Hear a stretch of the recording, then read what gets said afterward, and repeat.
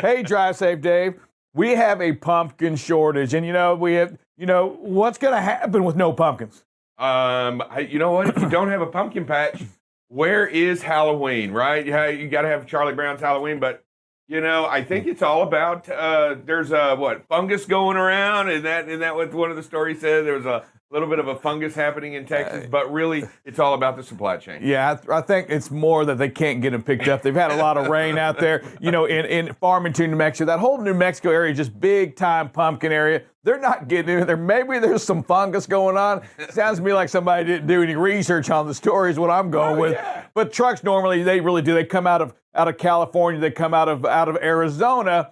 Deadhead to go pick these up. Listen, there's too much money involved right now. Trucks aren't going empty to pick up pumpkins if they don't have to. There's also a shortage, Drive Safe Dave, on pallets, on the cardboard that these pumpkins go into. And here they are, and we know this. We see the pumpkins over at the churches, right? They're sitting out there. They're for a lot of giveaways. It's an opportunity to make a lot of money for the students, for churches, those kinds of things.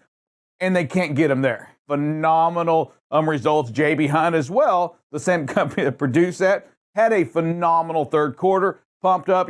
Great year for them. Drive Safe Dave. They went from 125 million to 199.8. Went up almost 70 cents per share in profit for that year, bringing their total from 2.71 to 3.14 billion dollars. JB Hunt, great year as a lot of these dedicated trucking companies. I think Covenant came out with the same news as well. It's these folks that have the large contracts with the dedicated drivers. Boy, they are just really out there, kind of having a phenomenal year so far. Yeah, they show record earnings on the stock exchange too, paying dividends as well. I was watching that as the stocks continue to rise on these companies.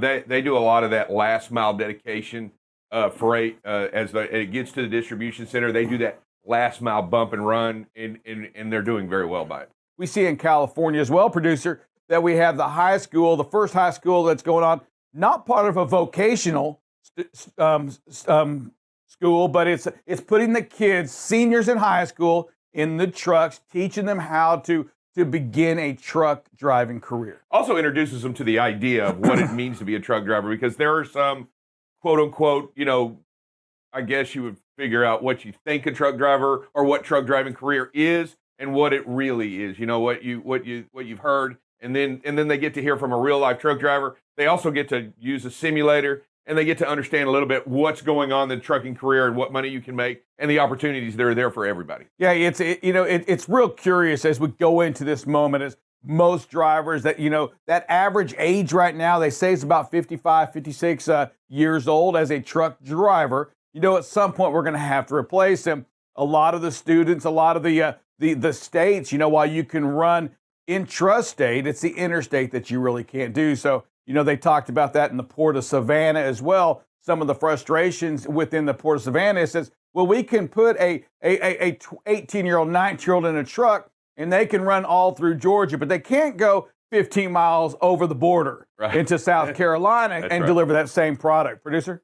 Well, why they can't exactly start going over the state lines until they're 21, they are getting a lot of experience through this program. So they are going to be getting 180 hours of classroom training along with 30 hours of lab sessions outside of the classroom where they get firsthand experience in the truck. So it's not just a simulator. They're also being put in the cab of these trucks outside of their classroom in order to get that on-the-road experience. So I think this is a good attempt to get a younger base into the industry, much like a shop class or anything else that's being offered in a high school. This is a good way to show people that there's other trades besides college that you can go into after high school. Yeah, we talked about South Carolina, just use the Port of Savannah as an example. A big shout out to Barbara Melvin, becomes the very first president of a top 10 port in the United States. She becomes president and CEO of the South Carolina ports. Big news, Drive Safe. Yeah, and another great opportunity showing that women in trucking are starting to take a real firm grasp of the leadership role and doing well in that. And congratulations and a big shout out to her as she continues to advance her career and do well by those out there in the port Yeah, so she came from a chief operating officer, gets promoted up to this position right here. Yeah, I like this one. We talk a lot about tailgating and slowing down and controlling the space. This one starts out really good. And then when all of a sudden we just start really climbing up in there, and then we get that sudden lane change. We just have to make sure that we're allowing, plenty of space when we make that change, because, we've seen time and time again, four-wheelers and 18-wheelers for that matter change their minds. And so we have to allow that space so when we get close behind them, if they make that sudden lane change, we have some place to go. Yeah, let's just play the game here for a second. Lots of lanes, right? Lots of lanes, more than 2, more than 3. Orange signs. I see orange. I see lots of signs. I see traffic. Slow down. So a couple of things that catch my eye when we first look at this video. So as we start, notice the white pickup in your right hand, and notice how slowly we're passing it. And then you can see it in the right mirror. You can still see it. I'm going to go out on a limb and say we're bobtail. Yeah. Because if we aren't, we've got a problem. And I just say, but yeah, you're right. When you're in these high traffic areas, this is definitely a metropolitan area with 4 lanes of traffic. Actually considered 8 lanes of traffic, 4 on each side. You're definitely in a metropolitan area anywhere, wherever you are. So be careful, slow down. You're not in a hurry. And what's really disconcerting about this video more than anything is we look to be going faster than anybody else on the road. I was hoping somebody would see that. We're passing everybody. Nobody's gaining space on we're gaining on everybody. Correct. As far as you can see, we're gaining on them. That's correct. We're going faster than everyone on the road. Okay, as we look at this next one, again, it starts out really good, and I like we start out good, but then again, before we make this lane change, and it's a quick lane change, we get too close. When we have the space, we need to use it. We need to get over sooner so we don't crowd that on that. And we don't see anybody coming up on the left, and so we could have made this lane change a lot earlier. Speed and space, we talk about it all the time, and it just goes to show the importance of we're changing lanes here, and we got great space, and it's really a good thing because look what's happening ahead of us. The four-wheeler has to go to the shoulder because the 18-wheeler's coming over. If we don't have that space and we aren't going slower than everybody else around us, that distance closes a lot earlier, a lot faster, and something way bad can happen here. So, it just goes to show speed and space, and that four-wheeler probably wish he had a little more space between that 18-wheeler. You look at this video and a couple of things that bring to mind. Number one, you're on a bridge. There's nowhere to go if anything bad does happen. And when you do see these things occur, and when you've got this stopping happening going on the freeway, it's very important that you signal behind you and hit the flashers and let everybody else know that you've gone from a 4-lane road of traffic down to almost 0 speed, and let everybody know what's happening around you. Hey, we're stopping up here. You almost come to a genuine and complete stop. As we look at this next one, this one's one where you really need to take, as a driver, look at that big picture, because as you're coming up in your lane, you see the pickup showing the turn signal comes over in front of you, but the other car in the right-hand lane also has this turn signal on and is trying to move over also. So you got that big picture. You have to analyze, take a look at everything that's happening, and start slowing down, controlling the space in front of you and controlling the chaos around you. Yeah, let's play the same game.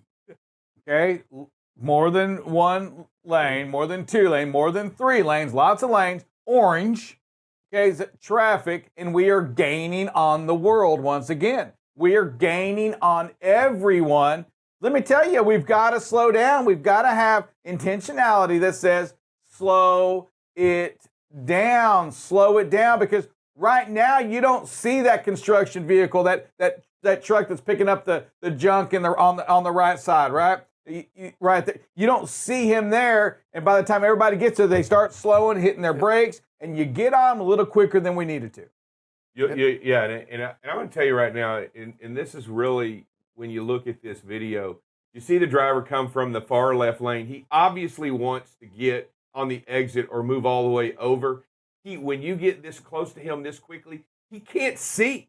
So he's edging out there and even going even slower because now he's worried. So here he is. He's got a car. He's waiting for it to pass. You come up on him. You're going slow. He can't see around you, and he's got to move over into that, over his right shoulder and move all the way over. There is another example of a four-wheeler wanting to move 4 lanes over a traffic. I get that. And again, but we can only control what we can control. Absolutely. And we've got to control the speed, the space. We look on the oncoming traffic. There's just traffic out there. You know, you're not on the. You're in a city right now. Absolutely. There's no doubt about it. And right? construction out there too. We gotta watch it, folks. Come on, next one. Next one, intersections are dangerous. We talk about all the time. This is a stoplight. You know, starts through, got past that point of return and decided to go through it. Not the safest decision. Plenty of time there for the driver to have stopped and not go through that yellow light. So, you know, we just have to be prepared on those stale green lights and when they change to stop because we know how dangerous intersections can be. You know, in hopes, I'm hoping that 3 out of 4 of these videos are drivers that maybe don't yet participate in the BCB live show because my heart says, why would you do this if you watch this show? Why, I mean, you now know about intersections and you now know that when it's yellow, you don't just run it. You know, and those are legit concerns to me right here. You know, I'm going to challenge you out there. If this is one of your videos, why are we doing this? Why aren't we slowing down when we really do have that ability?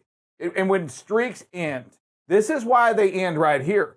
And what you've got to make sure that you know today as you're listening to me is that sometimes they come in threes. And when we see the videos we're seeing right now, we're screaming for another accident. That's what we're doing. You know what? I'm going to run the yellow lights. I'm going to run it with that trailer behind me. I'm going to take the chance on killing somebody today. That's what I see. I'm in heavy traffic. I know I'm going faster than everybody else. Why? Why? Slow it down. Create your space. I mean, you know this, that you do control the ability to avoid an accident by not putting yourself in the situation that we're doing right now. Yeah, the yellow light is to clear the intersection, not to enter the intersection. This is a bad decision. This is a bad decision. And maybe, you know, the sun's in our eyes and I can't quite see. You see it right now. You know, you see it right now. At some point, I'm going to go with you. You're coming out of the bridge. Well, I couldn't see. Well, the next 15 foot you could see. You were going slow enough to stop. Right. Not a good decision. Nothing that we should, you know, these are issues. These are worries that we see right now. You're like, my God, why would you do that? Have you not seen the show? Have you not seen the intersections are the most dangerous areas? And if somebody else is timing that road, right, timing that light to go the other way, they timed it just right, they hit you, we're in trouble. And we're going to take a life. You know, here's just a great video of keeping the space and managing and owning the space in front of you. You know, patience, taking it nice and easy, slow, keeping that out there. So, you know, this is a great video to look and to share with everybody out there. Lots of traffic, and we're keeping that space. We're going slower than most of the people around us. This one here again, you know, stop and go traffic. We're watching our space, keeping it there. Love the speed in this one. Yeah, but then you always got to be prepared for the unexpected because there comes that cycle down the middle of it. So, you know, always have to be alert, even though we're at a very slow speed, just crawling along. Still have to be aware of what's going on around us, and so if we don't drift over into the next lane or something like that. I like the amount of concrete between me and the vehicle. You know, and this one takes a little while to develop, but it was not a good choice by this truck that's going to try making a U-turn right there, and I'm sure it does not end well for him.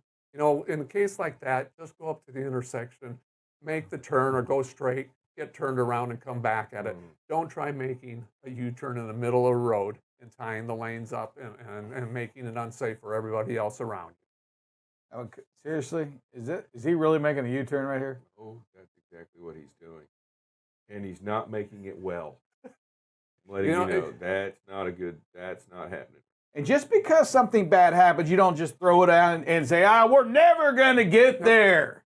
We can get there. We can get to a year. And you know what? It started a couple of days ago. We've just got to continue to do our part today. Yeah, we've got to make sure we step up and step out today and make sure that we get going what we're doing today. You know, we talk about 0-2. We talk about 0-2, and we talk about the number 2, and we talk about what we're doing. You know, and Rick's right, 24 hours in a day, what we do today, how you do today, how you start today, how you finish today, and everything in the middle. You've got to make sure that safety is primary, safety is number one. And that's our goal here. That's our mission. That's what we want you to think about. That's what we want you to think about first in everything that you do. It was easy for A you little to say, tongue wasn't it? twister there. Yeah, but I don't know. Hey, but you know what? We will go out and say this. If we go back and just look at the numbers, this is what we do know is that the accidents that we've had, that we've been involved with, or anybody's been involved with, they've all been preventable. They've been preventable. And that's the good thing. And that means that we have that chance to keep the streaks going. It's been something that we just didn't do. And we've got to make sure that we're passing, that there's nobody in the blind spot, that the wind, if the wind is blowing and howling and the safety's saying, you know what, a good idea to not run an empty trailer in this weather, we don't do it. Why? Because bad things can happen. We want to prevent as many of those as possible. We also have the ability to slow down. We also have the ability to increase space. We don't have to tailgate anybody. We can own the space in front of us. We can watch for the chaos with situational awareness. When I first started here, that was, one of the big things we really focused on. Get that big picture, making sure that we're looking around and controlling the chaos, owning the space in front of us, slowing down.